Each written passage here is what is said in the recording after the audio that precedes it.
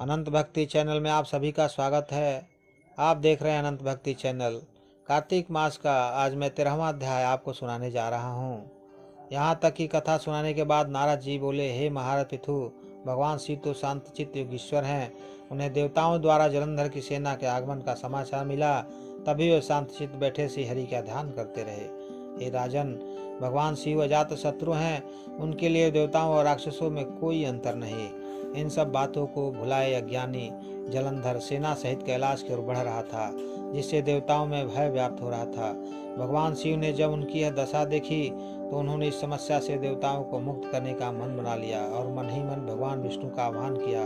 लीलाधारी भगवान विष्णु तुरंत ही वहां प्रकट हो गए। तब भगवान शिव ने कहा, हे नारायण, आपने देवताओं को त्रास देने वाले दैत्य की जीवित क्यों छोड़ दिया? इतना ही नहीं, आप स्वयं लक्ष्मी जी और अपने गणों सहित उनके घर में जाकर विराजमान हो गए। आखिर इसका कारण क्या है? तब भगवान विष्णु बोले, हे महादेव, यह महादैत्य आपके अंश से उत्पन्न हुआ है और लक्ष्मी जी का भाई भी है। दूसरी ओर ब्रह्मा जी का वरदान भी है कि इसकी मृत्यु आपके ही हाथों होगी। इसी कारण हमने उसे नहीं मारा है। अस्तु, यह महादैत्य आपके हाथों ही मारा जाएगा।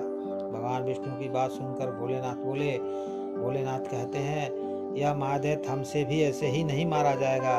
अतः हे पीताम्बर, इसे मारने के लिए आप हमें अपना तेज देने की कृपा करें। शिव जी की इच्छानुसार पहले भगवान विष्णु ने उसे अपना तेज दिया। तत्पश्चात सभी देवताओं ने उन्हें अपने अपने तेज प्रदान कर दिए। तब महादेव सभी तेजों को एकत्रित कर उससे ज्वालामाली सुदर्शन चक्र और एक वज्र बनाकर जलंधर से युद्ध करने को तैयार हो गए। उनके भूत गुणों की सेना के साथ देव सेना भी मिल गई। तब जलंधर और उसकी सेना के साथ भगवान शिव का घोर संग्राम आरंभ हो गया। इस संग्राम से पूरा ब्रह्मांड कंपायमान उठा। संग्राम में जितने भी दैत्य मारे जा रहे थे, दैत्य गुरु शुक्राचार्य उन्हें अपनी संजीवनी विद्या से जीवित करते जा रहे थे। यह देखकर शिवगण भागकर भगवान शिव के पास गए और उन्हें सारा वृतांत कह सुनाया। तब भगवान शिव ने तत्काल अपने मुख से कंदरा के समान मुख वाली एक विकराल कन्या उत्पन्न की। वह कन्या हुंकार भरती हुई आगे बढ़ी और दैत्यों का भक्षण करती हुई दैत्य गुरु शुक्राचार्य को उठाकर अलोप हो गई। अब शिवगण निर्भय होकर दैत्यों पर टूट पड़े। उनके प्रहारों से भयभीत होकर दैत्य सेना भाग खड़ी हुई। सेना को भागते देख जलंधर के सेनापति सोम निशुम्भ और काल नेमी शिवगणों से भिड़ गए। जब दैत्यों की सेना के प्रहारों से शिव सेना आहत होने लगी तो गणेश जी शिवगणों की सेना की ओर से लड़ने आए और उनके तथा सोम के बीच घोर संग्राम हुआ। इस बार अपनी सेना को आहत देखकर जलंधर स्वयं रण क्षेत्र में आए।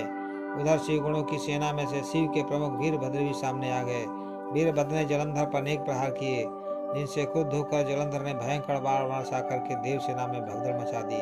अपने गणों एवं देव सेना की ऐसी पराजय देखकर भगवान शिव स्वयं नंदी पर सवार होकर सामने आ गए और उनमें और दैत्यों में भयानक युद्ध होने लगा। भगवान शिव के बाणों के प्रहारों से दैत्य सेना इस प्रकार भागने लगी जैसे कार्तिक मास के व्रतों से पाप समूह भाग जाते हैं। तभी भगवान शिव के एक बाण से दैत्य सेना का सिर कटकर धरती पर जा गिरा। तब भयंकर घन गर्जना करता हुआ जलंधर आगे बढ़ा। शिव जी ने तुरंत उसके रथ के घोड़ों और सारथी को मार डाला। तब जलंधर रथ से कूदकर पृथ्वी पर आ गया और खड्ग लेकर शिव जी की ओर दौड़ा। भगवान शिव ने तुरंत आगे बढ़कर एक मुक्का उसकी छाती में मारा। इस प्रहार से जलंधर बेहोश हो गया, मगर कुछ ही क्षणों बाद वह उठ खड़ा हुआ और युद्धरत हो गया। दोनों में भयंकर युद्ध होने लगा। जब जलंधर ने देखा कि भगवान शिव अजय हैं तो उसने माया रचनी आरंभ कर दी। उसकी मायावी माया से गंधर्व तथा अप्सराएं युद्ध क्षेत्र में नित्य एवं गान करने लगी। भगवान शिव भी उसकी इस माया के वशीभूत होकर युद्ध करना भूल नृत्य करने लगे। इसी के साथ ही आज का यह अध्याय यहीं पे खत्म होता है। जय श्री कृष्ण।